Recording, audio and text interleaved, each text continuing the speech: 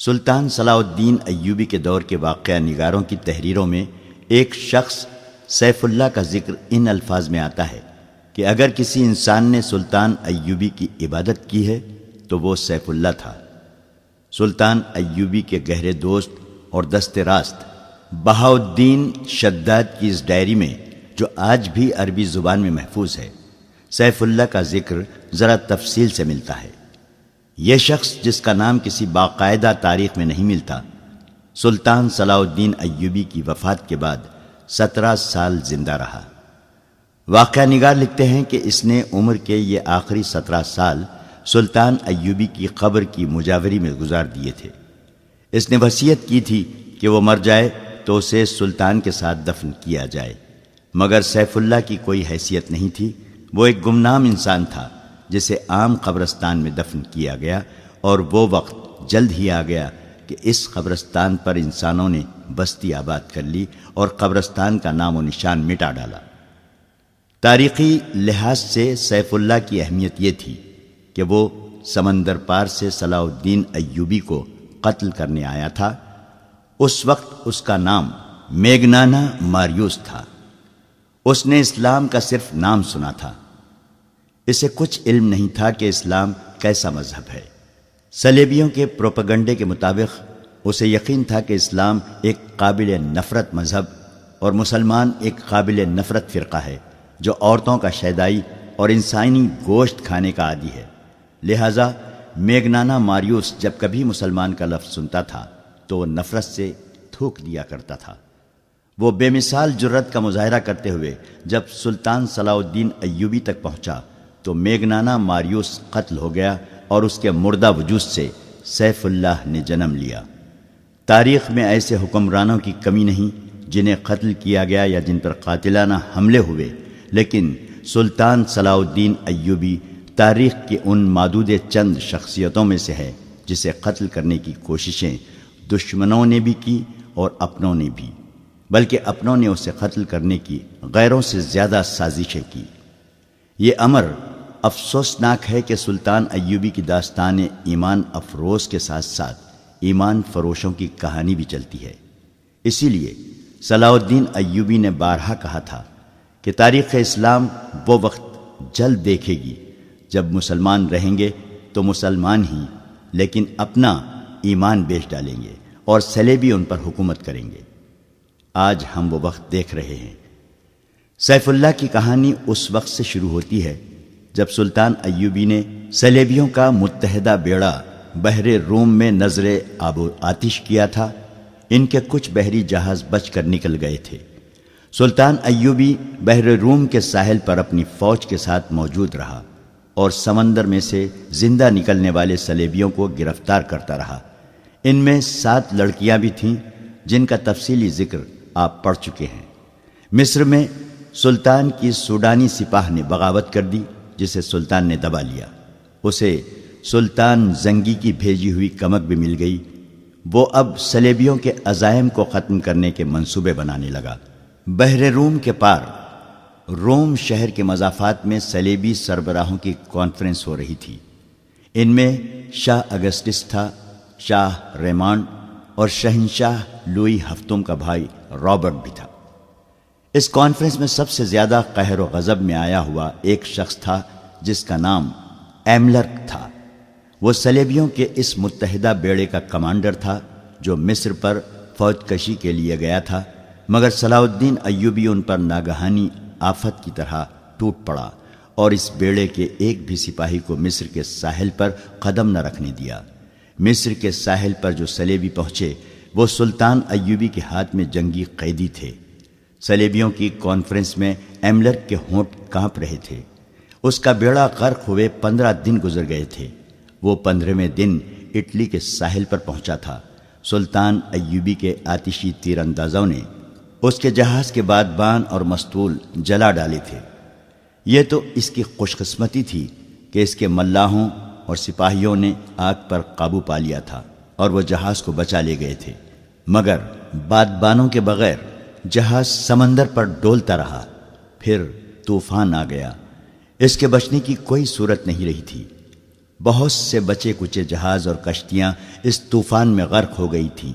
یہ ایک معجزہ تھا کہ ایملرک کا جہاز ڈولتا، بھٹکتا، ڈوب ڈوب کر ابھرتا اٹلی کے ساحل سے جا لگا تھا۔ اس میں اس کے ملاحوں کا بھی کمال شامل تھا۔ انہوں نے چپوؤں کے زور پر جہاز کو قابو میں رکھا تھا۔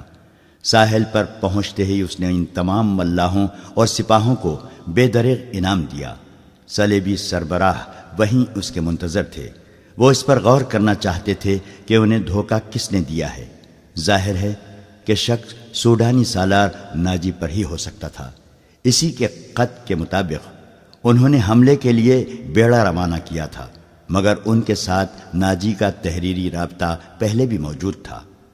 انہوں نے ناجی کے اس خط کی تحریر پہلے کے 2 خطوں سے ملائی تو انہیں شک ہوا کہ یہ کوئی گڑبڑ ہے۔ انہوں نے قاہرہ میں جاسوس بھیج رکھے تھے، مگر ان کے طرف سے بھی کوئی اطلاع نہیں ملی تھی۔ انہیں یہ بتانے والا کوئی نہ تھا کہ سلطان صلاح الدین ایوبی نے ناجی اور اس کے سازشی سالاروں کو خفیہ طریقے سے مروا دیا اور رات کی تاریکی میں گمنام قبروں میں دفن کر دیا تھا، اور صلیبی سربراہوں اور بادشاہوں کے وہم و گمان میں بھی یہ بات نہیں آ سکتی تھی کہ جس خط پر انہوں نے بیڑا روانہ کیا تھا وہ خط ناجی کا ہی تھا، مگر حملے کی تاریخ سلطان ایوبی نے تبدیل کر کے لکھی تھی۔ جاسوسوں کو ایسی معلومات کہیں سے بھی نہیں مل سکتی تھیں۔ یہ کانفرنس کسی نتیجے پر نہ پہنچ سکی۔ ایملرک کے منہ سے بات تک نہیں نکلی تھی۔ وہ شکست خوردہ تھا، غصے میں بھی تھا اور تھکا ہوا بھی تھا۔ کانفرنس اگلے روز کے لیے ملتوی کر دی گئی۔ رات کے وقت یہ تمام سربراہ شکست کا غم شراب میں ڈوبو رہے تھے۔ ایک آدمی اس محفل میں آیا، اسے صرف ریمانڈ جانتا تھا۔ وہ ریمانڈ کا قابل اعتماد جاسوس تھا۔ وہ حملے کی شام مصر کے ساحل پر اترا تھا۔ اس سے تھوڑی ہی دیر بعد صلیبیوں کا بیڑا آیا اور اس کی آنکھوں کے سامنے یہ بیڑا سلطان ایوبی کی قلیل فوج کے ہاتھوں تباہ ہوا تھا۔ یہ جاسوس مصر کے ساحل پر رہا اور اس نے بہت سی معلومات مہیا کر لی تھیں۔ ریمانڈ نے اس کا تعارف کرایا تو سب اس کے گرد جمع ہو گئے۔ اس جاسوس کو معلوم تھا کہ صلیبی سربراہوں نے سلطان ایوبی کو قتل کرانے کے لیے رابن نام کا ایک ماہر جاسوس سمندر پار بھیجا تھا، اور اس کی مدد کے لیے 5 آدمی اور 7 جوان اور خوبصورت لڑکیاں بھیجی گئی تھیں۔ اس جاسوس نے بتایا کہ رابن زخمیوں کے ساتھ زخمی ہونے کا بہانہ کر کے صلاح الدین ایوبی کے کیمپ میں پہنچ گیا تھا۔ اس کے 5 آدمی تاجروں کے بھیس میں تھے۔ ان میں کرسٹوفر نام کے ایک آدمی نے ایوبی پر تیر چلایا، مگر تیر قطع گیا۔ 5 آدمی پکڑے گئے اور 7 لڑکیاں بھی پکڑی گئیں۔ انہوں نے کہانی تو اچھی گھڑ لی تھی۔ سلطان ایوبی نے لڑکیوں کو پناہ میں لے لیا اور 5 آدمیوں کو چھوڑ دیا تھا، مگر ایوبی کا ایک ماہر سراغ رساں جس کا نام علی بن سفیان ہے اچانک آ گیا۔ اس نے سب کو گرفتار کر لیا اور 5 میں سے ایک آدمی کو سب کے سامنے قتل کرا کے دوسروں سے اقبال جرم کروا لیا۔ جاسوس نے کہا، میں نے اپنے متعلق بتایا تھا کہ میں ڈاکٹر ہوں، اس لیے سلطان نے مجھے زخمیوں کی مرہم پٹی کی ڈیوٹی دے دی۔ وہیں مجھے یہ اطلاع ملی کہ سوڈانیوں نے بغاوت کی تھی جو دبا لی گئی ہے، اور سوڈانی افسروں اور لیڈروں کو ایوبی نے گرفتار کر لیا ہے۔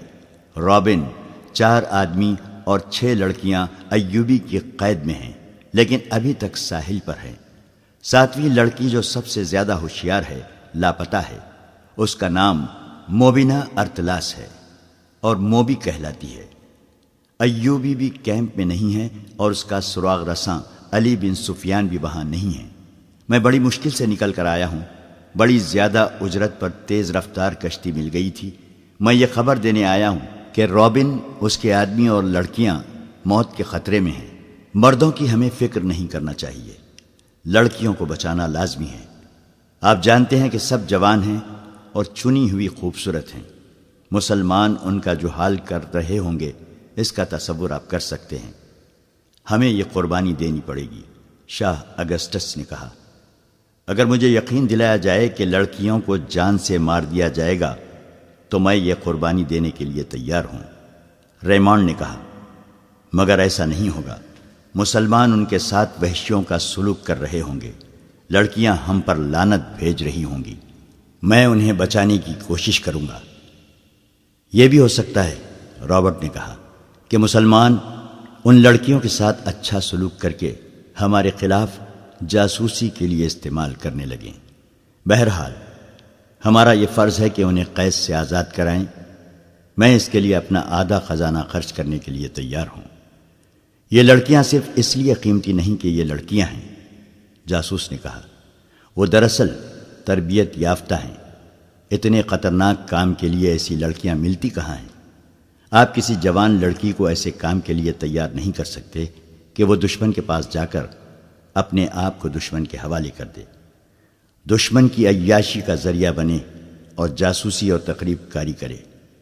اس کام میں عزت تو سب سے پہلے دینی پڑتی ہے، اور یہ خطرہ تو ہر وقت لگا رہتا ہے کہ جو ہی دشمن کو پتہ چلے گا کہ یہ لڑکی جاسوس ہے تو اسے اذیتیں دی جائیں گی، پھر اسے جان سے مار دیا جائے گا۔ ان لڑکیوں کو ہم نے زر کثیر صرف کر کے حاصل کیا، پھر ٹریننگ دی تھی اور انہیں بڑی محنت سے مصر اور عرب کی زبان سکھائی تھی۔ ایک ہی بار 7 تجربے کار لڑکیوں کو ضائع کرنا عقل مندی نہیں ہے۔ کیا تم اعتماد سے کہہ سکتے ہو کہ لڑکیوں کو ایوبی کے کیمپ سے نکالا جا سکتا ہے؟ اگسٹس نے پوچھا۔ جی ہاں، جاسوس نے کہا، نکالا جا سکتا ہے۔ اس کے لیے غیر معمولی طور پر دلیر اور پختہ کار آدمیوں کی ضرورت ہے، مگر یہ بھی ہو سکتا ہے کہ وہ 1-2 دنوں تک رابن، اس کے 4 آدمیوں اور لڑکیوں کو قاہرہ لے جائیں۔ وہاں سے نکالنا بہت ہی مشکل ہوگا۔ اگر ہم وقت ضائع نہ کریں تو ہم انہیں کیمپ میں ہی جا لیں گے۔ آپ مجھے 20 آدمی دے دیں، میں ان کی رہنمائی کروں گا، لیکن آدمی ایسے ہوں جو جان پر کھیلنا جانتے ہوں۔ ہمیں ہر قیمت پر ان لڑکیوں کو واپس لانا ہے، ایملرک نے گرج کر کہا۔ اس پر بحر روم میں جو بیتی تھی، اس کا وہ انتقام لینے کو پاگل ہوا جا رہا تھا۔ وہ صلیبیوں کے متحدہ بیڑے اور اس بیڑے میں سوار لشکر کا سپریم کمانڈر بن کر اس امید پر گیا تھا کہ مصر کی فتح کا صحرا اس کے سر بندھے گا، مگر صلاح الدین ایوبی نے اسے مصر کے ساحل کے قریب بھی نہ جانے دیا۔ وہ جلتے ہوئے جہاز میں زندہ جل جانے سے بچا تو طوفان میں گر گیا۔ اب بات کرتے اس کے ہونٹ کانپتے تھے، اور وہ زیادہ تر باتیں میز پر مکے مار مار کر یا اپنی راند پر زور زور سے ہاتھ مار کر اپنے جذبات کا اظہار کرتا تھا۔ اس نے کہا، میں لڑکیوں کو بھی لاؤں گا اور صلاح الدین ایوبی کو قتل بھی کراؤں گا۔ میں انہی لڑکیوں کو مسلمانوں کی سلطنت کی جڑیں کھوکھلی کرنے کے لیے استعمال کروں گا۔ میں سچے دل سے آپ کی تائید کرتا ہوں شاہ ایملرک، ریمانڈ نے کہا۔ ہمیں تربیت یافتہ لڑکیوں کو اتنی آسانی سے ضائع نہیں کرنا چاہیے، نہ ہم کریں گے۔ آپ سب کو اچھی طرح معلوم ہے کہ شام کے حرموں میں ہم کتنی لڑکیاں داخل کر چکے ہیں۔ کئی مسلمان گورنر اور امیر ان لڑکیوں کے ہاتھ میں کھیل رہے ہیں۔ بغداد میں یہ لڑکیاں عمرہ کے ہاتھوں میں ایسے متعدد افراد کو قتل کرا چکی ہیں جو صلیب کے خلاف نعرہ لے کر اٹھے تھے۔ مسلمانوں کی خلافت کو ہم نے عورت اور شراب سے 3 حصوں میں تقسیم کر دیا ہے۔ ان میں اعتماد نہیں رہا، وہ عیش و عشرت میں غرق ہوتے جا رہے ہیں۔ صرف 2 آدمی ہیں جو اگر زندہ رہے تو ہمارے لیے مستقل خطرہ بنے رہیں گے، ایک نور الدین زنگی اور دوسرا صلاح الدین ایوبی۔ اگر ان دونوں میں سے ایک بھی زیادہ دیر تک زندہ رہا تو ہمارے لیے اسلام کو ختم کرنا آسان نہیں ہوگا۔ اگر صلاح الدین ایوبی نے سوڈانیوں کی بغاوت دبا لی ہے تو اس کا مطلب یہ ہے کہ یہ شخص اس حد سے زیادہ خطرناک ہے جس حد تک ہم اسے سمجھتے رہے ہیں۔ ہمیں میدان جنگ سے ہٹ کر تقریب کاری کا محاذ بھی کھولنا پڑے گا۔ مسلمانوں میں تفرقہ اور بے اطمینانی پھیلانے کے لیے ہمیں ان لڑکیوں کی ضرورت ہے۔ ہمیں اپنے کامیاب تجربوں سے فائدہ اٹھانا چاہیے۔ لوئی ہفتم کے بھائی رابرٹ نے کہا، عرب میں ہم مسلمانوں کی کمزوریوں سے فائدہ اٹھا چکے ہیں۔ مسلمان عورت، شراب اور دولت سے اندھا ہو جاتا ہے۔ مسلمان کو مارنے کا بہترین طریقہ یہ ہے کہ اسے مسلمان کے ہاتھوں مرواؤ۔ مسلمان کو ذہنی عیاشی کا سامان مہیا کر دو تو وہ اپنے دین اور ایمان سے دستبردار ہو جاتا ہے۔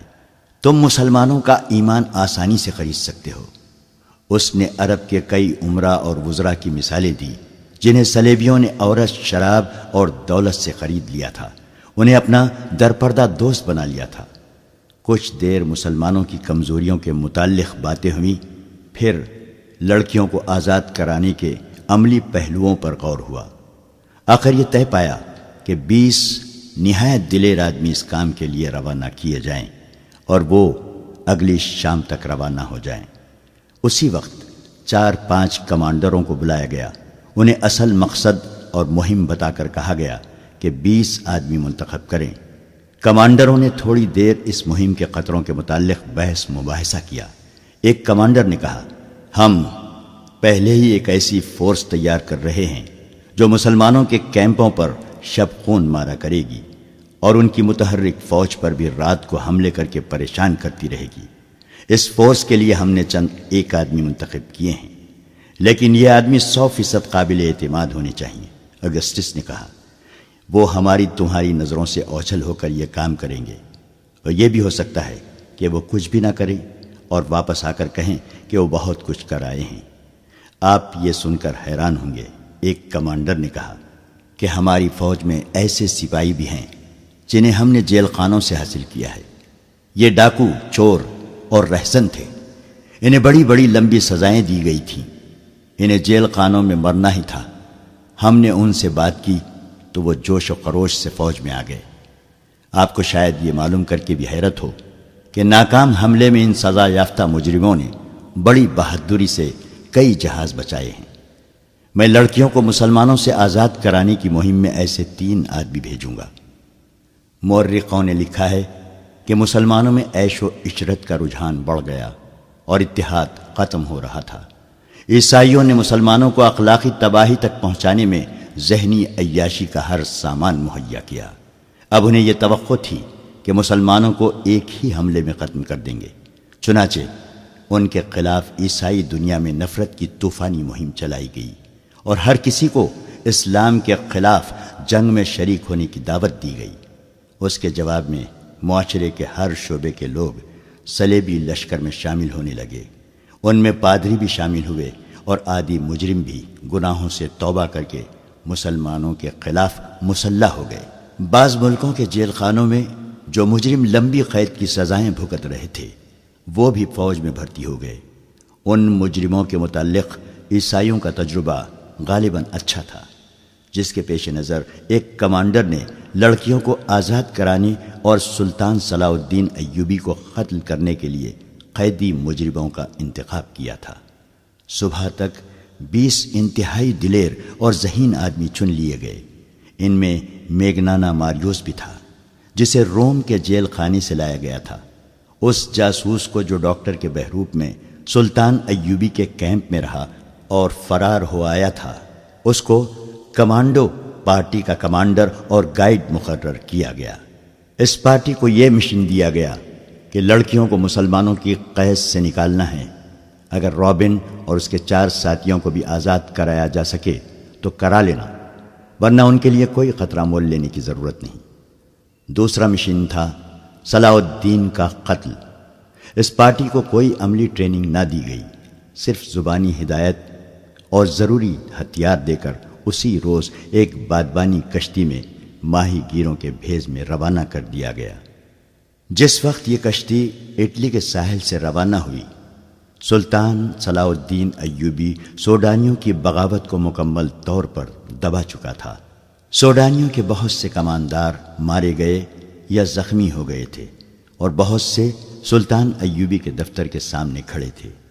انہوں نے ہتھیار ڈال کر شکست اور سلطان ایوبی کی اطاعت قبول کر لی تھی۔ وہ سلطان کے حکم کے منتظر تھے۔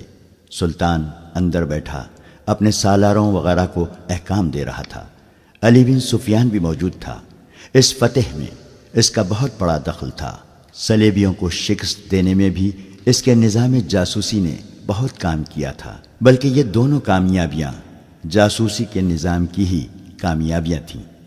سلطان ایوبی کو جیسے اچانک کچھ یاد آ گیا ہو، اس نے علی بن سفیان سے کہا، علی، ہمیں ان جاسوس لڑکیوں اور ان کے ساتھیوں کے متعلق سوچنے کا وقت ہی نہیں ملا۔ وہ ابھی تک ساحل پر قیدی کیمپ میں ہیں۔ ان سب کو فوراً یہاں لانے کا بندوبست کرو اور طے خانے میں ڈال دو۔ میں ابھی پیغام بھجوا دیتا ہوں، علی بن سفیان نے کہا۔ ان سب کو یہاں پہرے میں بلا لیتا ہوں۔ سلطان، آپ شاید 7ویں لڑکی کو بھول گئے ہیں، وہ سوڈانیوں کے کماندار بالیان کے پاس تھی۔ اسی لڑکی سے جاسوسوں اور بغاوت کا انکشاف ہوا تھا۔ میں دیکھ رہا ہوں کہ بالیان ان کمانداروں میں نہیں ہیں جو باہر موجود ہیں، اور وہ زخمیوں میں بھی نہیں ہیں، اور وہ مرے ہوئے لوگوں میں بھی نہیں ہیں۔ مجھے شک ہے کہ 7ویں لڑکی، جس کا نام فخر المصری نے موبی بتایا تھا، بالیان کے ساتھ کہیں روپوش ہو گئی ہے۔ اپنا شک رفع کرو علی، سلطان ایوبی نے کہا۔ یہاں مجھے اب تمہاری ضرورت نہیں ہے۔ بالیان لاپتہ ہے تو وہ بحر روم کی طرف نکل گیا ہوگا۔ صلیبیوں کے سوا اسے اور کون پناہ دے سکتا ہے؟ بہرحال ان جاسوسوں کو تہہ خانوں میں ڈالو اور اپنے جاسوس فوراً تیار کر کے سمندر پار بھیج دو۔ زیادہ ضروری تو یہ ہے کہ اپنے جاسوس اپنے ہی ملک میں پھیلا دیے جائیں۔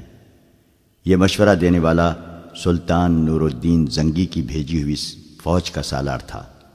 اس نے کہا، ہمیں صلیبیوں کی طرف سے اتنا خطرہ نہیں ہے جتنا اپنے مسلمان امراء سے ہے۔ اپنے جاسوس ان کے حرموں میں داخل کر دیے جائیں تو بہت سی سازشیں بے نقاب ہوں گی۔ اس نے تفصیل سے بتایا کہ یہ خود ساختہ حکمران کس طرح صلیبیوں کے ہاتھوں میں کھیل رہے ہیں۔ سلطان زنگی اکثر پریشان رہتے ہیں کہ باہر کے حملوں کو روکیں یا اپنے گھر کو اپنے ہی چراغ سے جلنے سے بچائیں۔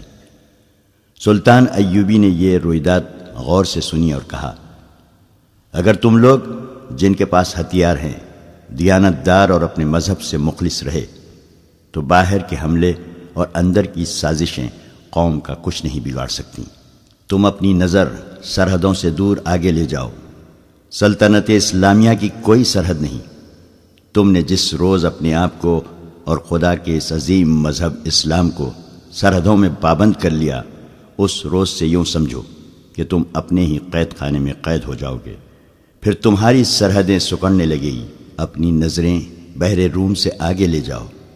سمندر تمہارا راستہ نہیں روک سکتے۔ گھر کے چراغوں سے نہ ڈرو، یہ تو ایک پھونک سے گل ہو جائیں گے۔ ان کی جگہ ہم ایمان کے چراغ روشن کریں گے۔ ہمیں امید ہے کہ ہم ایمان فروشی کو روک لیں گے سلطان محترم۔ سالار نے کہا، ہم مایوس نہیں، صرف 2 لعنتوں سے بچو میرے عزیز رفیقو۔ سلطان ایوبی نے کہا، مایوسی اور ذہنی عیاشی۔ انسان پہلے مایوس ہوتا ہے، پھر ذہنی عیاشی کے ذریعے راہ فرار اختیار کرتا ہے۔ اس دوران علی بن سفیان جا چکا تھا۔ اس نے فوراً ایک قاصد بحر روم کے کیمپ کی طرف اس پیغام کے ساتھ روانہ کر دیا کہ رابن اس کے 4 ساتھیوں اور لڑکیوں کو گھوڑوں یا اونٹوں پر سوار کر کے 20 محافظوں کے پہرے میں دارالحکومت کو بھیج دو۔ قاصد کو روانہ کر کے اس نے اپنے ساتھ 6-7 سپاہی لیے اور کماندار بالیان کی تلاش میں نکل گیا۔ اس نے ان سوڈانی کمانداروں سے جو باہر بیٹھے تھے بالیان کے متعلق پوچھ لیا تھا۔ سب نے کہا تھا کہ اسے لڑائی میں کہیں بھی نہیں دیکھا گیا تھا، اور نہ ہی وہ اس فوج کے ساتھ گیا تھا جو بحر روم کی طرف سلطان کی فوج پر حملہ کرنے کے لیے بھیجی گئی تھی۔ علی بن سفیان بالیان کے گھر گیا تو وہاں اس کی 2 بوڑھی خادماؤں کے سوا اور کوئی نہ تھا۔ انہوں نے بتایا کہ بالیان کے گھر میں 5 لڑکیاں تھیں۔ ان میں جس کی عمر ذرا زیادہ ہو جاتی تھی وہ اسے غائب کر دیتا اور اس کی جگہ جوان لڑکی لے آتا تھا۔ ان خادماؤں نے بتایا کہ بغاوت سے پہلے اس کے پاس ایک فرنگی لڑکی آئی تھی جو غیر معمولی طور پر خوبصورت اور ہوشیار تھی۔ بالیان اس کا غلام ہو گیا تھا۔ بغاوت کے 1 روز بعد جب سوڈانیوں نے ہتھیار ڈال دیے تو بالیان رات کے وقت گھوڑے پر سوار ہوا اور دوسرے گھوڑے پر اس فرنگی لڑکی کو سوار کیا، اور معلوم نہیں دونوں کہاں روانہ ہو گئے۔ ان کے ساتھ 7 گھوڑ سوار تھے۔ حرم کی لڑکیوں کے متعلق بوڑھیوں نے بتایا کہ وہ گھر میں جو ہاتھ لگا اٹھا کر لے چلی گئیں۔ علی بن سفیان وہاں سے واپس ہوا تو ایک گھوڑا سر پر دوڑتا آیا اور علی بن سفیان کے سامنے رک گیا۔ اس پر فخر المصری سوار تھا۔ کود کر گھوڑے سے اترا اور ہانپتی کانپتی آواز میں بولا، میں آپ کے پیچھے آیا ہوں۔ میں بھی اسی بدبخت بالیان اور اس کافر لڑکی کو ڈھونڈ رہا تھا۔ میں ان سے انتقام لوں گا۔ جب تک ان دونوں کو اپنے ہاتھوں قتل نہیں کر لوں گا مجھے چین نہیں آئے گا۔ میں جانتا ہوں وہ کدھر گئے ہیں۔ میں نے ان کا پیچھا کیا ہے، لیکن ان کے ساتھ 7 مسلح محافظ ہیں۔ میں اکیلا تھا۔ وہ بحر روم کی طرف جا رہے ہیں، مگر عام راستے سے ہٹ کر جا رہے ہیں۔ اس نے علی بن سفیان کے گھٹنوں پر ہاتھ رکھ کر کہا، خدا کے لیے مجھے صرف 4 سپاہی دے دیں، میں ان کے تعاقب میں جاؤں گا اور انہیں ختم کر کے آؤں گا۔ علی بن سفیان نے اسے اس وعدے سے ٹھنڈا کیا کہ وہ اسے 4 کی بجائے 20 سوار دے گا۔ وہ ساحل سے آگے اتنی جلدی نہیں جا سکتے، میرے ساتھ رہو۔ علی بن سفیان مطمئن ہو گیا کہ یہ تو پتہ چل گیا ہے کہ وہ کس طرف گئے ہیں۔ اس وقت بالیان اس سلیبی لڑکی کے ساتھ، جس کا نام موبی تھا، ساحل کی طرف جانے والے عام راستے سے ہٹ کر دور جا چکا تھا۔ ان علاقوں سے وہ اچھی طرح واقف تھا۔ اسے معلوم نہیں تھا کہ سوڈانی فوج اور اس کے کمانداروں کو صلاح الدین ایوبی نے معافی دے دی ہے۔ ایک تو وہ سلطان کے عتاب سے بھاگ رہا تھا، اور دوسرے یہ کہ وہ موبی جیسی حسین لڑکی کو نہیں چھوڑنا چاہتا تھا۔ وہ سمجھتا تھا کہ دنیا کی حسین لڑکیاں صرف مصر اور سوڈان میں ہی ہیں، مگر اٹلی کی اس لڑکی کے حسن اور دلکشی نے اسے اندھا کر دیا تھا۔ اس کی خاطر وہ اپنا رتبہ، اپنا مذہب اور اپنا ملک ہی چھوڑ رہا تھا۔ لیکن اسے یہ معلوم نہیں تھا کہ موبی اس سے جان چھڑانے کی کوشش کر رہی ہے۔ وہ جس مقصد کے لیے آئی تھی وہ ختم ہو چکا تھا، گو مقصد تباہ ہو گیا تھا، تاہم موبی اپنا کام کر چکی تھی۔ اس کے لیے اس نے اپنے جسم اور اپنی عزت کی قربانی دی تھی۔ وہ ابھی تک اپنی عمر سے دگنی عمر کے آدمی کی عیاشی کا ذریعہ بنی ہوئی تھی۔ بالیان اس خوش فہمی میں مبتلا تھا کہ موبی اسے بری طرح چاہتی ہے، مگر موبی اس سے نفرت کرتی تھی۔ وہ چونکہ مجبور تھی، اس لیے اکیلی بھاگ نہیں سکتی تھی۔ وہ اس مقصد کے لیے بالیان کو ساتھ لیے ہوئے تھی کہ اسے اپنی حفاظت کی ضرورت تھی۔ اسے بحر روم پار کرنا تھا یا رابن تک پہنچنا تھا۔ اسے معلوم نہیں تھا کہ رابن اور اس کے ساتھی، جو تاجروں کے بھیس میں تھے، پکڑے جا چکے ہیں۔ اس مجبوری کے تحت وہ بالیان کے ہاتھ میں کھلونا بنی ہوئی تھی۔ وہ کئی بار اسے کہہ چکی تھی کہ تیز چلو اور پڑاؤ کم کرو ورنہ پکڑے جائیں گے، لیکن بالیان جہاں اچھی سایہ دار جگہ دیکھتا رک جاتا۔ اس نے شراب کا ذخیرہ اپنے ساتھ رکھ لیا تھا۔ ایک رات موبی نے ایک ترکیب سوچی۔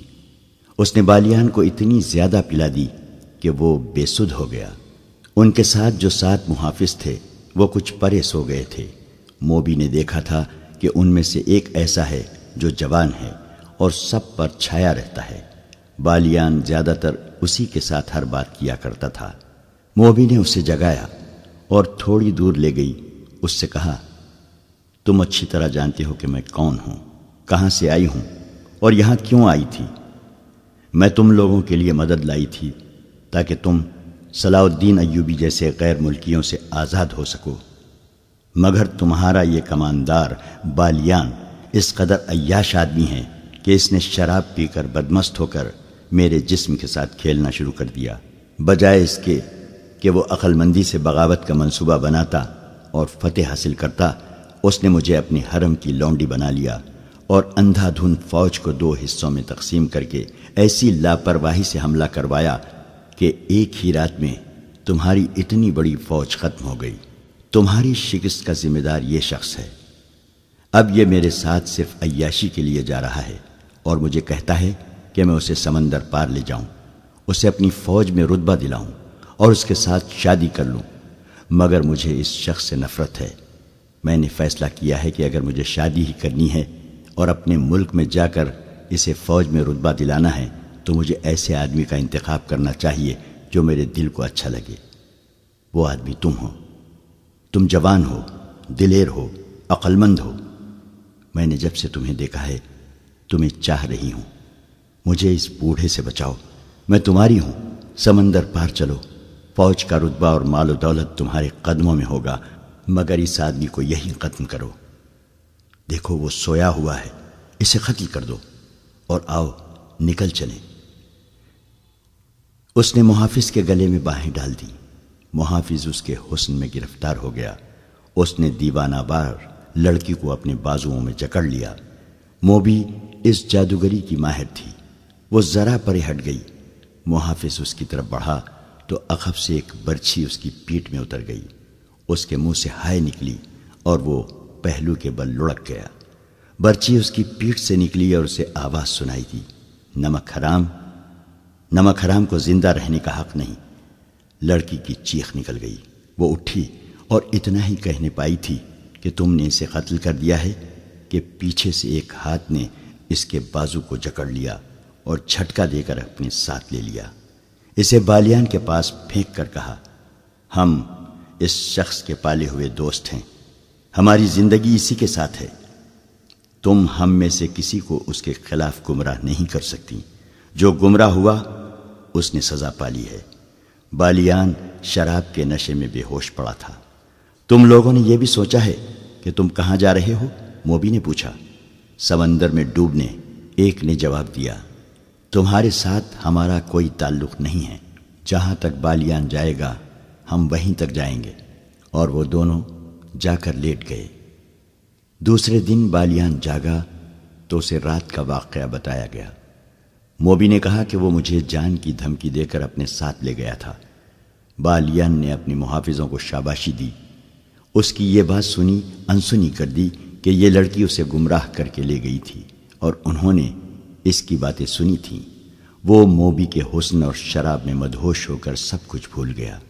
موبی نے اسے ایک بار پھر کہا کہ تیز چلنا چاہیے، مگر بالیان نے پرواہ نہ کی۔ وہ اپنے آپ میں نہیں تھا۔ موبی اب آزاد نہیں ہو سکتی تھی۔ اس نے دیکھ لیا تھا کہ یہ لوگ اپنے دوستوں کو قتل کرنے سے بھی گریز نہیں کرتے۔ علی بن سفیان نے نہ جانے کیا سوچ کر ان کا تعاقب نہ کیا۔ بغاوت کے بعد کے حالات کو معمول پر لانے کے لیے وہ سلطان ایوبی کے ساتھ بہت مصروف ہو گیا تھا۔ ساحل کے کیمپ سے رابن، ان کے 4 ساتھیوں اور 6 لڑکیوں کو 15 محافظوں کی گارڈ میں قاہرہ کے لیے روانہ کر دیا گیا۔ قاصد ان سے پہلے روانہ ہو چکا تھا۔ قیدی اونٹوں پر سوار تھے اور گارڈ گھوڑوں پر۔ وہ معمول کی رفتار پر جا رہے تھے اور معمول کے مطابق پڑاؤ کر رہے تھے۔ وہ بے خوف و خطر جا رہے تھے۔ وہاں کسی دشمن کے حملے کا ڈر نہیں تھا۔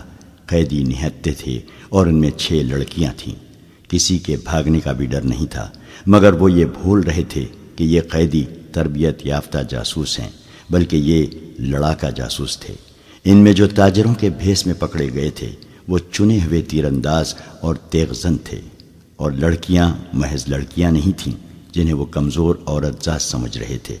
ان لڑکیوں کی جسمانی دلکشی، یورپی رنگت کی جاذبیت، جوانی اور ان کی بے حیائی ایسے ہتھیار تھے جو اچھے اچھے جابر حکمرانوں سے ہتھیار ڈلوا لیتے تھے۔ محافظوں کا کمانڈر مصری تھا۔ اس نے دیکھا کہ ان 6 میں سے ایک لڑکی اس کی طرف دیکھتی رہتی ہے، اور وہ جب اسے دیکھتا ہے تو لڑکی کے ہونٹوں پر مسکراہٹ آ جاتی ہے۔ یہ مسکراہٹ اس مصری کو موم کر رہی تھی۔ شام کے وقت انہوں نے پہلا پڑاؤ کیا تو سب کو کھانا یاد آ گیا۔ اس لڑکی نے کھانا نہ کھایا۔ کمانڈر کو بتایا گیا تو اس نے لڑکی کے ساتھ بات کی۔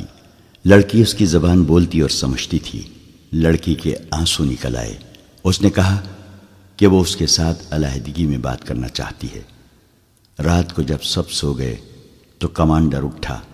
اس نے لڑکی کو جگایا اور الگ لے گیا۔ لڑکی نے اسے بتایا کہ وہ ایک مظلوم لڑکی ہے۔ اسے فوجیوں نے ایک گھر سے اغوا کیا اور اپنے ساتھ رکھا، پھر اسے جہاز میں اپنے ساتھ لائے جہاں وہ ایک افسر کی داشتہ بنی رہی۔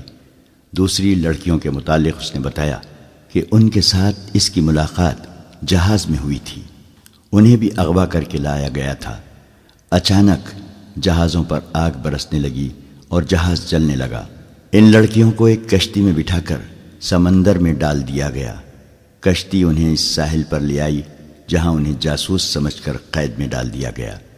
یہ وہی کہانی تھی جو تاجروں کے بھیز میں جاسوسوں نے ان لڑکیوں کے متعلق صلاح الدین ایوبی کو سنائی تھی۔ مصری گارڈ کمانڈر کو معلوم نہیں تھا۔ وہ یہ کہانی پہلی بار سن رہا تھا۔ اسے تو حکم ملا تھا کہ یہ خطرناک جاسوس ہیں، انہیں قاہرہ لے جا کر سلطان کے ایک خفیہ محکمے کے حوالے کرنا ہے۔ اس حکم کے پیش نظر وہ ان لڑکیوں کی یا اس لڑکی کی کوئی مدد نہیں کر سکتا تھا۔ اس نے اس لڑکی کو اپنی مجبوری بتا دی۔ اسے معلوم نہیں تھا کہ لڑکی کی ترکش میں ابھی بہت سے تیر باقی ہیں۔ لڑکی نے کہا، میں تم سے کوئی مدد نہیں مانگتی، تم اگر میری مدد کرو گے تو میں تمہیں روک دوں گی، کیونکہ تم مجھے بہت اچھے لگتے ہو۔ میں اپنی خاطر تمہیں کسی مصیبت میں نہیں ڈالنا چاہتی، میرا کوئی غم خوار نہیں۔ میں ان لڑکیوں کو بالکل نہیں جانتی اور ان آدمیوں کو بھی نہیں جانتی۔ تم مجھے رحم دل لگتے ہو اور میرے دل کو بھی اچھے لگتے ہو، اس لیے تمہیں یہ باتیں بتا رہی ہوں۔ اتنی خوبصورت لڑکی کے منہ سے اس قسم کی باتیں سن کر کون سا مرد اپنے آپ میں رہ سکتا ہے؟ یہ لڑکی مجبور بھی تھی، رات کی تنہائی بھی تھی۔ مصری کی مردانگی پگھلنے لگی۔ اس نے لڑکی کے ساتھ دوستانہ باتیں شروع کر دی۔ لڑکی نے ایک اور تیر چلایا اور صلاح الدین ایوبی کے کردار پر زہر اگلنے لگی۔ اس نے کہا، میں نے تمہارے گورنر صلاح الدین ایوبی کو اپنی مظلومیت کی یہ کہانی سنائی تھی۔ مجھے امید تھی کہ وہ میرے حال پر رحم کرے گا، مگر اس نے مجھے اپنے خیمے میں رکھ لیا اور شراب پی کر میرے ساتھ بدکاری کرتا رہا۔ اس وحشی نے میرا جسم توڑ دیا ہے۔ شراب پی کر وہ اتنا وحشی بن جاتا ہے کہ اس میں انسانیت رہتی ہی نہیں۔ مصری کا خون کھولنے لگا۔ اس نے بدک کر کہا، ہمیں کہا گیا تھا کہ صلاح الدین ایوبی مومن ہے، فرشتہ ہے، شراب اور عورت سے نفرت کرتا ہے۔ مجھے اب اس کے پاس لے جایا جا رہا ہے۔ لڑکی نے کہا، اگر تمہیں یقین نہ آئے تو رات کو دیکھ لینا کہ میں کہاں ہوں گی۔ وہ مجھے قید خانے میں نہیں، اپنے حرم میں رکھے گا۔ مجھے اس آدمی سے ڈر آتا ہے۔ اس قسم کی بہت سی باتوں سے لڑکی نے اس مصری کے دل میں صلاح الدین ایوبی کے خلاف نفرت پیدا کر دی اور وہ پوری طرح مصری پر چھا گئی۔ اس کے دل اور دماغ پر قبضہ کر لیا۔ مصری کو معلوم نہیں تھا کہ یہی ان لڑکیوں کا ہتھیار ہے۔ لڑکی نے آخر میں اس سے کہا، اگر تم مجھے اس ذلیل زندگی سے نجات دلا دو تو میں ہمیشہ کے لیے تمہاری ہو جاؤں گی اور میرا باپ تمہیں سونے کے اشرفیوں سے مالا مال کر دے گا۔ اس نے اس کا طریقہ یہ بتایا، میرے ساتھ سمندر پار بھاگ چلو، کشتیوں کی کمی نہیں ہے، میرا باپ بہت امیر آدمی ہے، میں تمہارے ساتھ شادی کر لوں گی اور میرا باپ تمہیں نہایت اچھا مکان اور بہت سی دولت دے گا، تم تجارت کر سکتے ہو۔ مصری کو یہ یاد رہ گیا تھا کہ وہ مسلمان ہے۔ اس نے کہا کہ وہ اپنا مذہب ترک نہیں کر سکتا۔ لڑکی نے ذرا سوچ کر کہا، میں تمہارے لیے اپنا مذہب چھوڑ دوں گی۔ اس کے بعد وہ فرار اور شادی کا پروگرام بنانے لگی۔ لڑکی نے اسے کہا، میں تم پر زور نہیں دیتی، اچھی طرح سوچ لو، میں صرف جاننا چاہتی ہوں کہ میرے دل میں تمہاری جو محبت پیدا ہو گئی ہے اتنی تمہارے دل میں پیدا ہوئی ہے یا نہیں۔ اگر تم مجھے قبول کرنے پر آمادہ ہو سکتے ہو تو سوچ لو اور کوشش کرو کہ قاہرہ تک ہمارا سفر لمبا ہو جائے۔ ہم ایک بار وہاں پہنچ گئے تو پھر تم میری بو بھی نہیں سونگھ سکو گے۔ لڑکی کا مقصد صرف اتنا سا تھا کہ سفر لمبا ہو جائے اور 3 دنوں کی بجائے 6 دن راستے میں ہی گزر جائیں۔ اس کی وجہ یہ تھی کہ رابن اور اس کے ساتھی فرار کی ترکیبیں سوچ رہے تھے۔ وہ اس کوشش میں تھے کہ رات کو سوئے ہوئے محافظوں کے ہتھیار اٹھا کر انہیں قتل کیا جائے، جو ناممکن سا کام تھا، یا ان کے گھوڑے چرا کر بھاگا جائے۔ ابھی تو پہلا ہی پڑاؤ تھا۔ ان کی ضرورت یہ تھی کہ سفر لمبا ہو جائے تاکہ وہ اطمینان سے سوچ سکیں اور عمل کر سکیں۔ اس مقصد کے لیے انہوں نے اس لڑکی کو استعمال کیا۔ وہ محافظوں کے کمانڈر کو قبضے میں لے لی۔ لڑکی نے پہلی ملاقات میں ہی یہ مقصد حاصل کر لیا اور مصری کو منہ مانگی قیمت دے دی۔ مصری کوئی ایسا بڑا رتبہ والا آدمی نہیں تھا، معمولی سا عہدیدار تھا۔ اس نے کبھی خواب میں بھی اتنی حسین لڑکی نہیں دیکھی تھی۔ کہاں ایک جیتی جاگتی لڑکی جو اس کے تصوروں سے بھی زیادہ خوبصورت تھی اس کی لونڈی بن گئی تھی۔ وہ اپنا آپ، اپنا فرض اور اپنا مذہب ہی بھول گیا۔ وہ ایک لمحے کے لیے بھی لڑکی سے الگ نہیں ہونا چاہتا تھا۔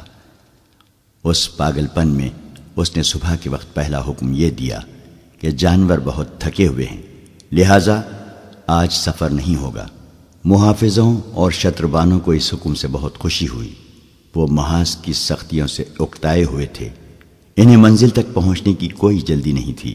وہ دن بھر آرام کرتے رہے، گپ شپ لگاتے رہے، اور ان کا کمانڈر اس لڑکی کے پاس بیٹھا بدمست ہوتا رہا۔ دن گزر گیا، رات آئی، اور جب سب سو گئے تو مصری لڑکی کو ساتھ لیے دور چلا گیا۔ لڑکی نے اسے آسمان پر پہنچا دیا۔ صبح جب یہ قافلہ چلنے لگا تو مصری کمانڈر نے راستہ بدل دیا۔ اپنے دستے سے اس نے کہا کہ اس طرف اگلے پڑاؤ کے لیے بہت خوبصورت جگہ ہے، قریب ایک گاؤں بھی ہے جہاں مرغیاں اور انڈے مل جائیں گے۔ اس کا دستہ اس پر بھی بہت خوش ہوا کہ کمانڈر انہیں عیش کرا رہا ہے۔ البتہ اس دستے میں 2 عسکری ایسے تھے جو کمانڈر کی ان حرکتوں سے خوش نہیں تھے۔ انہوں نے اس سے کہا کہ ہمارے پاس خطرناک قیدی ہیں، یہ سب جاسوس ہیں، انہیں بہت جلدی حکومت کے حوالے کر دینا چاہیے۔ بلا وجہ سفر لمبا کرنا ٹھیک نہیں ہے۔ مصری نے انہیں یہ کہہ کر چپ کروا دیا کہ یہ میری ذمہ داری ہے کہ جلدی پہنچوں یا دیر سے، جواب طلبی ہوئی تو مجھ سے ہوگی۔ دونوں خاموش تو ہو گئے، لیکن وہ الگ جا کر آپس میں خسر پسر کرتے رہے۔ دوپہر کے بعد انہیں دور آگے بہت سے گدھ اڑتے اور اترتے نظر آئے۔ یہ اس کی نشانی تھی کہ وہاں کوئی مردار ہے۔ وہ علاقہ مٹی اور ریت کے ٹیلوں کا تھا، صحرائی درخت بھی تھے۔ چلتے چلتے وہ ان ٹیلوں میں داخل ہو گئے۔ راستہ اوپر ہوتا گیا اور ایک بلند جگہ سے انہیں ایک میدان نظر آیا جہاں گدھوں کے قول اترتے ہوئے شور بپا کر رہے تھے۔ ذرا اور آگے گئے تو نظر آیا کہ یہ لاشیں ہیں، بدبو بھی ہے۔ یہ ان سوڈانیوں کی لاشیں تھیں جو بحر روم کے ساحل پر مقیم سلطان ایوبی کی فوج پر حملہ کرنے چلے تھے۔ سلطان ایوبی کے جانباز سواروں نے راتوں کو ان کی عقبی حصے پر حملے کر کے یہ کشت و خون کیا اور سوڈانی فوج کو تتر بتر کر دیا تھا۔ یہاں سے آگے میلوں وسعت میں لاشیں بکھری ہوئی تھیں۔ سوڈانیوں کو اپنی لاشیں اٹھانے کی مہلت نہیں ملی۔ قیدیوں اور محافظوں کا قافلہ چلتا رہا اور ذرا سا رخ بدل کر لاشوں اور گدھوں سے ہٹ گیا۔ قافلہ جب وہاں سے گزر رہا تھا تو انہوں نے دیکھا کہ لاشوں کے ارد گرد ان کے ہتھیار بھی بکھرے ہوئے تھے۔ ان میں کمانیں اور ترکش تھے، برچیاں، تلواریں اور ڈھالیں بھی تھیں۔ قیدیوں نے یہ ہتھیار دیکھ لیے۔ انہوں نے آپس میں باتیں کیں اور رابن نے اس لڑکی سے کچھ کہا جس نے مصری کمانڈر پر قبضہ کر رکھا تھا۔ لاشیں اور ہتھیار دور دور تک پھیلے ہوئے تھے۔ دائیں طرف ٹیلوں کے قریب سرسبز جگہ تھی، پانی بھی نظر آ رہا تھا۔ سبزہ ٹیلوں کے اوپر تک گیا ہوا تھا۔ لڑکی نے کمانڈر کو اشارہ کیا تو وہ اس کے قریب چلا گیا۔ لڑکی نے کہا، یہ بہت اچھی جگہ ہے، یہیں رک جاتے ہیں۔ مصری نے قافلے کا رخ پھیر دیا اور سرسبز ٹیلے کے قریب پانی کے چشمے پر جا رکا۔ رات یہیں بسر کرنی تھی۔ سب گھوڑوں اور اونٹوں سے اترے، جانور پانی پر ٹوٹ پڑے۔ رات گزارنے کے لیے اچھی جگہ دیکھی جانے لگی۔ 2 ٹیلوں کے درمیان جگہ کشادہ بھی تھی اور وہاں سبزہ بھی تھا۔ یہی جگہ منتخب کر لی گئی۔ جب رات کا اندھیرا گہرا ہوا تو سب سو گئے۔ مصری جاگ رہا تھا اور لڑکی بھی جاگ رہی تھی۔ اس رات اسے خاص طور پر جاگنا اور مصری کمانڈر کو پوری طرح مدہوش کرنا تھا۔ اسے جب خراٹوں کی آوازیں سنائی دینے لگیں تو وہ مصری کے پاس چلی گئی۔ اسی لڑکی کی خاطر وہ سب سے الگ اور دور ہٹ کر لیٹا تھا۔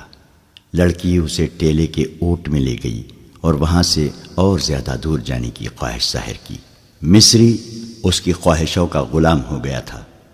اسے احساس تک نہ تھا کہ آج رات لڑکی اسے ایک خاص مقصد کے لیے دور لے جا رہی ہے۔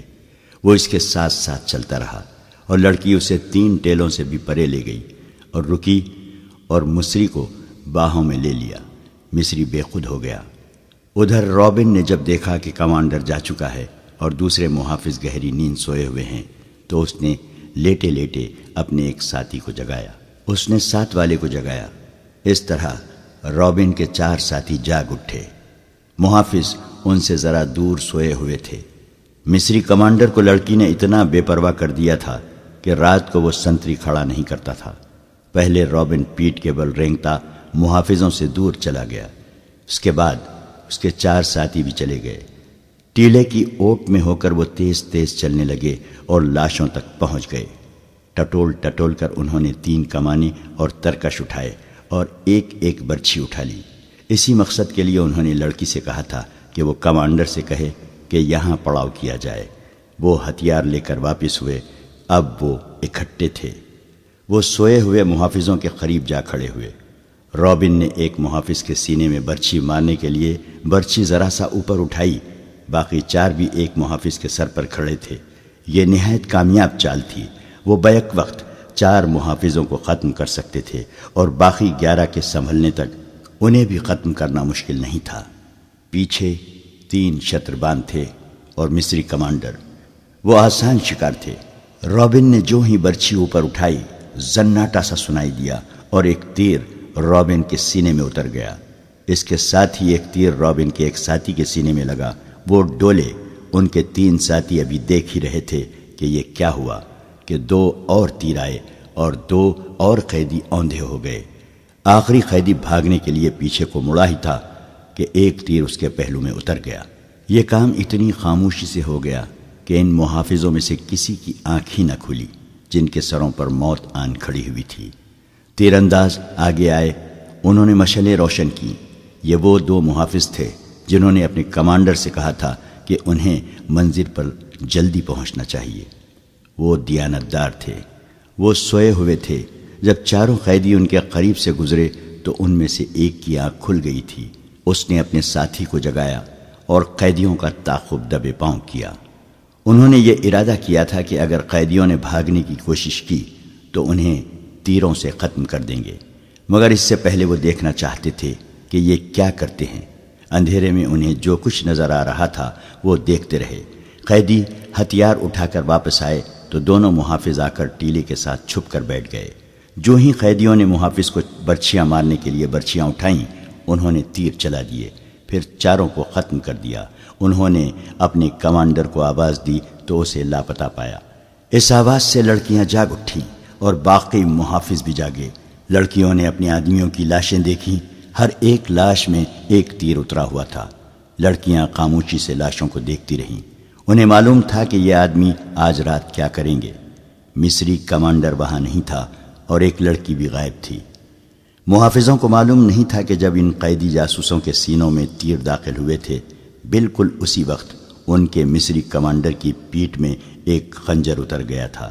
اس کی لاش تیسرے ٹیلے کے ساتھ پڑی تھی۔ اس رات صحرا کی ریت خون کی پیاسی معلوم ہوتی تھی۔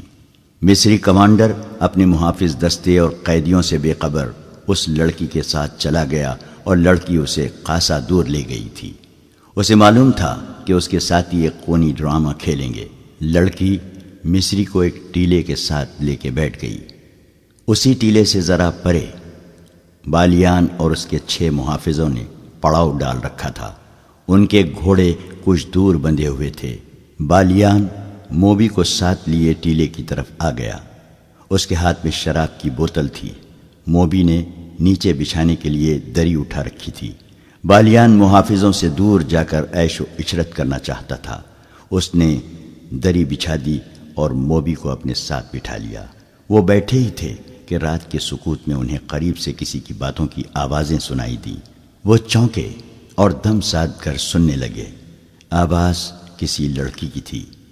بالیان اور موبی دبے پاؤں اس طرف آئے اور ٹیلے کی اوٹ سے دیکھا۔ انہیں 2 سائے بیٹھے ہوئے نظر آئے۔ صاف پتہ چلتا تھا کہ ایک عورت ہے اور ایک مرد۔ موبی اور زیادہ قریب آ گئی اور غور سے باتیں سننے لگی۔ مصری کمانڈر کے ساتھ اس لڑکی نے ایسی واضح باتیں کی کہ موبی کو یقین ہو گیا کہ یہ اس کی ساتھی لڑکی ہے، اور یہ بھی واضح ہو گیا کہ اسے قاہرہ لے جایا جا رہا ہے۔ مصری نے جو حرکتیں اور باتیں کیں وہ تو بالکل ہی صاف تھیں، کسی شک کی گنجائش نہیں تھی۔ موبی جان گئی کہ یہ مصری اس لڑکی کو اس کی مجبوری کے عالم میں عیاشی کا ذریعہ بنا رہا ہے۔ موبی نے یہ بالکل نہ سوچا کہ ارد گرد کوئی اور بھی ہوگا اور اس نے جو ارادہ کیا ہے اس کا نتیجہ کیا ہوگا۔ اس نے پیچھے ہٹ کر بالیان کے کان میں کہا، یہ مصری ہے اور یہ میرے ساتھ کی ایک لڑکی کے ساتھ عیش کر رہا ہے۔ اس لڑکی کو بچا لو۔ یہ مصری تمہارا دشمن ہے اور لڑکی تمہاری دوست۔ اس نے بالیان کو اور زیادہ بھڑکانے کے لیے کہا، یہ بڑی خوبصورت لڑکی ہے، اسے بچا لو اور اپنی سفری حرم میں اضافہ کر لو۔ بالیان شراب پیے ہوئے تھا۔ اس نے کمربند سے خنجر نکالا اور بہت تیزی سے آگے بڑھ کر خنجر مصری کمانڈر کی پیٹھ میں گھونپ دیا۔ خنجر نکال کر اسی تیزی سے ایک اور وار کیا۔ لڑکی مصری سے آزاد ہو کر اٹھ کھڑی ہوئی۔ موبی دوڑی اور اسے آواز دی۔ وہ دوڑ کر موبی سے لپٹ گئی۔ موبی نے اس سے پوچھا کہ دوسری کہاں ہیں؟ اس نے رابن اور دوسرے ساتھیوں کے متعلق بھی بتایا اور یہ بھی کہا کہ وہ 15 محافظوں کے پہرے میں ہیں۔ بالیان دوڑتا گیا اور اپنے 6 ساتھیوں کو بلا لایا۔ ان کے پاس کمانیں اور دوسرے ہتھیار تھے۔ اتنے میں قیدیوں کے محافظوں میں سے ایک اپنے مصری کمانڈر کو آوازیں دیتا ادھر آیا۔ بالیان کے ایک ساتھی نے تیر چلایا اور اس محافظ کو ختم کر دیا۔ وہ لڑکیوں نے اپنی جگہ لے جانے کے لیے آگے آگے چل پڑی۔ بالیان کو آخری ٹیلے کے پیچھے روشنی نظر آئی۔ اس نے ٹیلے کی اوٹ میں جا کر دیکھا، وہاں بڑی بڑی 2 مشعلیں جل رہی تھیں۔ ان کے ڈنڈے زمین پر گڑے ہوئے تھے۔ ان کے اوپر والے سروں پر تیل میں بھیگے ہوئے کپڑے لپٹے ہوئے تھے جو جل رہے تھے۔ بالیان اپنے ساتھیوں کے ساتھ اندھیرے میں تھا۔ اسے روشنی میں 5 لڑکیاں الگ کھڑی نظر آ رہی تھیں اور محافظ بھی دکھائی دے رہے تھے۔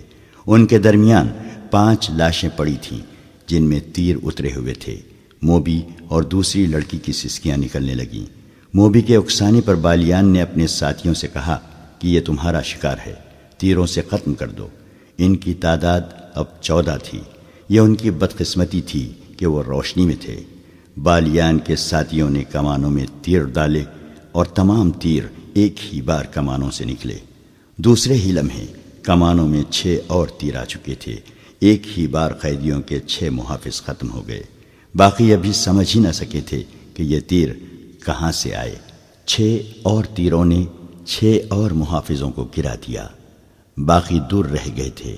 ان میں سے ایک اندھیرے میں غائب ہو گیا، دوسرا ذرا سست نکلا اور وہ بھی سوڈانیوں کے بیک وقت 3 تیروں کا شکار ہو گیا۔ 3 شتربان رہ گئے تھے جو سامنے نہیں تھے۔ وہ اندھیرے میں کہیں ادھر ادھر ہو گئے۔ مشعلوں کی روشنی میں اب لاشیں ہی لاشیں نظر آ رہی تھیں۔ ہر لاش ایک ایک تیر لیے ہوئے تھی اور ایک میں 3 تیر پیوست تھے۔ موبی دوڑ کر لڑکیوں سے ملی۔ اتنے میں انہیں ایک گھوڑے کے سر پر دوڑنے کی آواز سنائی دی جو دور نکل گئی۔ بالیان نے کہا، یہاں رکنا ٹھیک نہیں، ان میں ایک بچ کر نکل گیا ہے، وہ قاہرہ کی سمت گیا ہے، فوراً یہاں سے نکلو۔ انہوں نے محافظوں کے گھوڑے کھولے اور اپنی جگہ گئے۔ وہاں جا کر دیکھا ایک گھوڑا غائب تھا۔ اسے بچ کر نکل جانے والا محافظ لے گیا تھا۔ وہ اپنے گھوڑوں تک نہیں جا سکا تھا، چھپ کر ادھر چلا گیا جہاں اسے 8 گھوڑے بندھے نظر آئے۔ زینیں پاس ہی پڑی تھیں۔ اس نے ایک گھوڑے پر زین کسی اور بھاگ نکلا۔ بالیان نے 14 گھوڑوں پر زینیں کسوائیں، سامان 2 گھوڑوں پر لادا، باقی گھوڑے ساتھ لیے اور روانہ ہو گئے۔ لڑکیوں نے موبی کو سنایا کہ ان پر کیا بیتی ہے اور انہیں کہاں لے جایا جا رہا تھا۔ انہوں نے یہ بھی بتایا کہ رابن اور اس کے ساتھی لاشوں کے ہتھیار اٹھانے گئے تھے، مگر معلوم نہیں وہ کس طرح مارے گئے۔ موبی نے کہا، ایوبی کے کیمپ میں میری اور رابن کی ملاقات اچانک ہو گئی تھی۔ اس نے کہا تھا کہ مجھے یوں نظر آ رہا ہے کہ یسوع مسیح کو ہماری کامیابی منظور ہے، ورنہ ہم اس طرح خلاف توقع نہ ملتے۔ آج ہماری ملاقات بالکل خلاف توقع ہو گئی ہے، لیکن میں یہ نہیں کہوں گی کہ یسوع مسیح کو ہماری کامیابی منظور ہے۔ خدائے یسوع مسیح ہم سے ناراض معلوم ہوتا ہے۔ ہم نے جس کام میں ہاتھ ڈالا وہ چوپٹ ہوا۔ بحر روم میں ہماری فوج کو شکست ہوئی اور مصر میں ہماری دوست سوڈانی فوج کو شکست ہوئی۔ ادھر رابن اور کرسٹوفر جیسے دلیر اور قابل آدمی اور ان کے اتنے اچھے ساتھی مارے گئے۔ معلوم نہیں ہمارا انجام کیا ہوگا۔ ہمارے جیتے جی تمہیں کوئی ہاتھ لگا نہیں سکتا۔ بالیان نے کہا، میرے شیروں کا کمال تم نے دیکھ لیا۔ جس وقت قیدیوں کا قافلہ لاشوں کے پاس ٹیلوں میں رکا تھا، اس وقت ساحل پر سلطان ایوبی کی فوج کے کیمپ میں 3 آدمی داخل ہوئے۔ وہ اٹلی کی زبان بولتے تھے۔ ان کا لباس اٹلی کے دیہاتیوں جیسا تھا۔ ان کی زبان کوئی نہیں سمجھتا تھا۔ اٹلی کے جنگی قیدیوں سے معلوم کیا گیا۔ انہوں نے بتایا کہ یہ اٹلی سے آئے ہیں اور اپنی لڑکیوں کو ڈھونڈتے پھر رہے ہیں۔ یہ یہاں کے سالار سے ملنا چاہتے ہیں۔ انہیں بہاؤالدین شداد کے پاس پہنچا دیا گیا۔ صلاح الدین ایوبی کی غیر حاضری میں شداد کیمپ کمانڈر تھا۔ اٹلی کا ایک جنگی قیدی بلایا گیا۔ وہ مصر کی زبان بھی جانتا تھا۔ اس کی وساست سے ان آدمیوں کے ساتھ باتیں ہوئیں۔ ان 3 آدمیوں میں ایک ادھیڑ عمر تھا اور 2 جوان تھے۔ تینوں نے ایک ہی جیسی بات سنائی۔ تینوں کی ایک ایک جوان بہن کو صلیبی فوج ان کے گھروں سے اٹھا لائے تھے۔ انہیں کسی نے بتایا تھا کہ وہ لڑکیاں مسلمانوں کے کیمپ میں پہنچ گئی ہیں۔ یہ اپنی بہنوں کی تلاش میں آئے تھے۔ انہیں بتایا گیا کہ یہاں 7 لڑکیاں آئی تھیں۔ انہوں نے یہی کہانی سنائی تھی، مگر 7ویں جاسوس نکلی۔ ان تینوں نے کہا کہ ہماری بہنوں کا جاسوسی کے ساتھ کوئی تعلق نہیں ہے۔ ہم تو غریب اور مظلوم لوگ ہیں، کسی سے کشتی مانگ کر اتنی دور آئے ہیں۔ ہم غریبوں کی بہنیں جاسوسی کی جرات کیسے کر سکتی ہیں؟ ہمیں ان 7 لڑکیوں کا کچھ پتہ نہیں، معلوم نہیں وہ کون ہوں گی۔ ہم تو اپنی بہنوں کو ڈھونڈ رہے ہیں، ہمارے پاس اور کوئی لڑکی نہیں۔ شداد نے بتایا، یہی 7 لڑکیاں تھیں جن میں سے ایک لاپتہ ہو گئی تھی اور باقی 6 کو پرسوں صبح یہاں سے روانہ کر دیا گیا ہے۔ اگر انہیں دیکھنا چاہتے ہو تو قاہرہ چلے جاؤ۔ ہمارا سلطان رحم دل انسان ہے، تمہیں لڑکیاں دکھا دے گا۔ نہیں، ایک نے کہا، ہماری بہنیں جاسوس نہیں، وہ 7 کوئی اور ہوں گی۔ ہماری بہنیں سمندر میں ڈوب گئی ہوں گی یا ہمارے ہی فوجیوں نے انہیں اپنے پاس رکھا ہوا ہوگا۔ بہاؤالدین شداد نیک خصلت انسان تھا۔ اس نے ان دیہاتیوں کی مظلومیت سے متاثر ہو کر ان کی خاطر تواضع کی اور انہیں عزت سے رخصت کیا۔ اگر وہاں علی بن سفیان ہوتا تو ان تینوں کو اتنی آسانی سے نہ جانے دیتا۔ اس کی سراغ رساں نظریں بھانپ لیتی کہ یہ تینوں جھوٹ بول رہے ہیں۔ تینوں چلے گئے، کسی نے بھی نہ دیکھا کہ وہ کہاں گئے ہیں۔ وہ چلتے ہی چلے گئے اور شام تک چلتے ہی رہے۔ کیمپ سے دور جہاں کوئی خطرہ نہ تھا، وہ چٹانوں کے اندر چلے گئے۔ وہاں ان جیسے 18 آدمی بیٹھے ان کا انتظار کر رہے تھے۔ ان تینوں میں جو ادھیڑ عمر تھا وہ میگنانا ماریوس تھا۔ یہ صلیبیوں کی وہ کمانڈو پارٹی تھی جسے لڑکیوں کو آزاد کرانے اور اگر ممکن ہو سکے تو سلطان ایوبی کو قتل کرنے کا مشن دیا گیا تھا۔ ان تینوں نے کیمپ سے کچھ اور ضروری معلومات بھی حاصل کر لی تھیں۔ یہ بھی معلوم کر لیا تھا کہ صلاح الدین ایوبی یہاں نہیں، قاہرہ میں ہے۔ شداد کے ساتھ باتیں کرتے جہاں انہیں یہ معلوم ہو گیا تھا کہ لڑکیاں قاہرہ کو روانہ کر دی گئی ہیں، وہاں انہوں نے یہ بھی معلوم کر لیا تھا کہ ان کے ساتھ 5 مرد قیدی بھی ہیں۔ یہ پارٹی ایک بڑی کشتی میں آئی تھی۔ انہوں نے کشتی ساحل پر ایک ایسی جگہ باندھ دی تھی جہاں سمندر چٹان کو کاٹ کر اندر تک گیا ہوا تھا۔ ان لوگوں کو اب قاہرہ کے لیے روانہ ہونا تھا، مگر سواری نہیں تھی۔ یہ 3 آدمی جو کیمپ میں گئے تھے یہ بھی دیکھ آئے تھے کہ اس فوج کے گھوڑے اور اونٹ کہاں بندھے ہوئے ہیں۔ انہوں نے یہ بھی دیکھا تھا کہ کیمپ سے جانور چوری کرنا آسان نہیں۔ 21 گھوڑے یا اونٹ چوری نہیں کیے جا سکتے تھے۔ ابھی سورج طلوع ہونے میں بہت دیر تھی۔ وہ پیدل ہی چل پڑے۔ اگر انہیں سواری مل جاتی تو وہ قیدیوں کو راستے میں ہی جا لینے کی کوشش کرتے۔ اب وہ یہ سوچ کر پیدل چلے کہ قاہرہ میں جا کر قیدیوں کو چھڑانے کی کوشش کریں گے۔ سب جانتے تھے کہ یہ زندگی اور موت کی مہم ہے۔ صلیبی فوج کے سربراہوں اور شاہوں نے انہیں کامیابی کی صورت میں جو انعام دینے کا وعدہ کیا تھا وہ اتنا زیادہ تھا کہ کوئی کام کیے بغیر اپنے کنبوں سمیت ساری عمر آرام اور بے فکری کی زندگی بسر کر سکتے تھے۔ میگنانا ماریوس کو جیل خانے سے لایا گیا تھا۔ اسے ڈاکہ زنی کے جرم میں 30 سال سزائے قید دی گئی تھی۔ اس کے ساتھ 2 اور قیدی تھے جن میں ایک کی سزا 24 سال اور دوسرے کی 27 سال تھی۔ اس زمانے میں قید خانے قصاب خانے ہوتے تھے۔ مجرم کو انسان نہیں سمجھا جاتا تھا۔ بڑی ظالمانہ مشقت لی جاتی اور مویشیوں کی طرح کھانے کو بیکار خوراک دی جاتی تھی۔ قیدی رات کو بھی آرام نہیں کر سکتے تھے۔ ایسی قید سے موت بہتر تھی۔ ان تینوں کو انعام کے علاوہ سزا معاف کرنے کا وعدہ کیا گیا تھا۔ صلیب پر حلف لے کر انہیں اس پارٹی میں شامل کیا گیا تھا۔ جس پادری نے ان سے حلف لیا تھا اس نے انہیں بتایا تھا کہ وہ جتنے مسلمانوں کو قتل کریں گے اس سے 10 گنا ان کے گناہ بخشے جائیں گے، اور اگر انہوں نے صلاح الدین ایوبی کو قتل کیا تو ان کے تمام گناہ بخش دیے جائیں گے، اور اگلے جہاں خدائے یسوع مسیح انہیں جنت میں جگہ دیں گے۔ یہ معلوم نہیں کہ یہ تینوں قید خانے کے جہنم سے آزاد ہونے کے لیے موت کی اس مہم میں شامل ہوئے تھے، یا اگلے جہان جنت میں داخل ہونے کے لیے، یا انعام کا لالچ انہیں لے آیا تھا، یا وہ نفرت جو ان کے دلوں میں مسلمانوں کے خلاف ڈالی گئی تھی۔ بہرحال وہ عزم کے پختہ معلوم ہوتے تھے، اور ان کا جوش و خروش بتا رہا تھا کہ وہ کچھ کر کے ہی مصر سے نکلیں گے یا جانیں قربان کر دیں گے۔ باقی 18 تو فوج کے منتخب آدمی تھے۔ انہوں نے جلتے ہوئے جہازوں سے جانیں بچائی تھیں اور بڑی مشکل سے واپس گئے تھے۔ وہ مسلمانوں سے اس ذلت آمیز شکست کا انتقام لینا چاہتے تھے۔ انعام کا لالچ تو تھا ہی، یہی جذبہ تھا جس کے جوش سے وہ اندیکھی منزل کی سمت پیدل ہی چل پڑے۔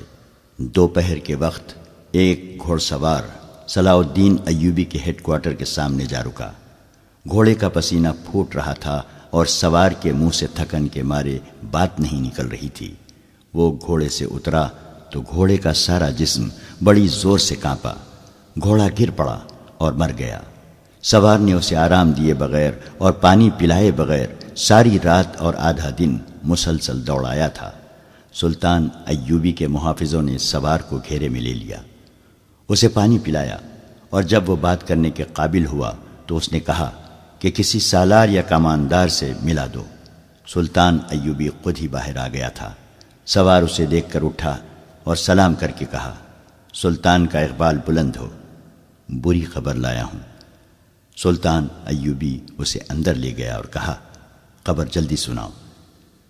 قیدی لڑکیاں بھاگ گئی ہیں، ہمارا پورا دستہ مارا گیا ہے۔ اس نے کہا، مرد قیدیوں کو ہم نے جان سے مار دیا ہے، میں اکیلا بچ کے نکلا ہوں۔ مجھے یہ معلوم نہیں کہ حملہ آور کون تھے۔ ہم مشعلوں کی روشنی میں اور وہ اندھیرے میں، اندھیرے سے تیر آئے اور میرے تمام ساتھی ختم ہو گئے۔ یہ قیدیوں کے محافظوں کے دستے کا وہ آدمی تھا جو اندھیرے میں غائب ہو گیا تھا اور سوڈانیوں کا گھوڑا کھول کر بھاگ آیا تھا۔ اس نے گھوڑے کو بلا روکے سر پر دوڑایا تھا اور اتنا طویل سفر آدھے سے بھی تھوڑے وقت میں طے کر لیا تھا۔ سلطان صلاح الدین ایوبی نے علی بن سفیان اور فوج کے ایک نائب سالار کو بلا لیا۔ وہ آئے تو اس آدمی سے کہا کہ وہ اب ساری بات سنائے۔ اس نے کیمپ سے روانگی کے وقت سے بات شروع کی اور اپنے کمانڈر کے متعلق بتایا کہ وہ ایک قیدی لڑکی کے ساتھ دل بہلاتا رہا اور قیدیوں سے لاپرواہ ہو گیا۔ پھر راستے میں جو کچھ ہوتا رہا اور آخر میں جو کچھ ہوا اس نے سنا دیا، مگر وہ یہ نہ بتا سکا کہ حملہ آور کون تھے۔ سلطان ایوبی نے علی بن سفیان اور نائب سالار سے کہا، اس کا مطلب یہ ہے کہ صلیبی چھاپا مار مصر کے اندر موجود ہیں۔ ہو سکتا ہے، علی بن سفیان نے کہا، یہ صحرائی ڈاکو بھی ہو سکتے ہیں۔ اتنی خوبصورت 6 لڑکیاں ڈاکوؤں کے لیے بہت بڑی کشش تھی۔ تم نے اس کی بات غور سے نہیں سنی؟ سلطان ایوبی نے کہا۔ اس نے کہا ہے کہ مرد قیدی لاشوں کے ہتھیار اٹھا لائے تھے اور محافظوں کو قتل کرنے لگے تھے۔ محافظوں میں سے 2 نے انہیں تیروں سے ہلاک کر دیا اور اس کے بعد ان پر حملہ ہوا۔ اس سے یہی ظاہر ہوتا ہے کہ صلیبی چھاپا مار ان کے تعاقب میں تھے۔ وہ کوئی بھی تھے سلطان محترم، نائب سالار نے کہا۔ فوری طور پر کرنے والا کام یہ ہے کہ اس عسکری کو رہنمائی کے لیے ساتھ بھیجا جائے اور کم از کم 20 گھوڑ سوار جو تیز رفتار ہوں تعاقب کے لیے بھیجے جائیں۔ یہ بات کی بات ہے کہ وہ کون تھے۔ میں اپنے ایک نائب کو ساتھ بھیجوں گا، علی بن سفیان نے کہا۔ اس عسکری کو کھانا کھلاؤ، سلطان ایوبی نے کہا۔ اسے تھوڑی دیر آرام کر لینے دو۔ اتنی دیر میں 20 سوار تیار کر دو اور تعاقب میں روانہ کرا دو۔ اگر ضرورت سمجھو تو زیادہ سوار بھیج دو۔ میں نے جہاں سے گھوڑا کھولا تھا وہاں 8 گھوڑے بندھے ہوئے تھے۔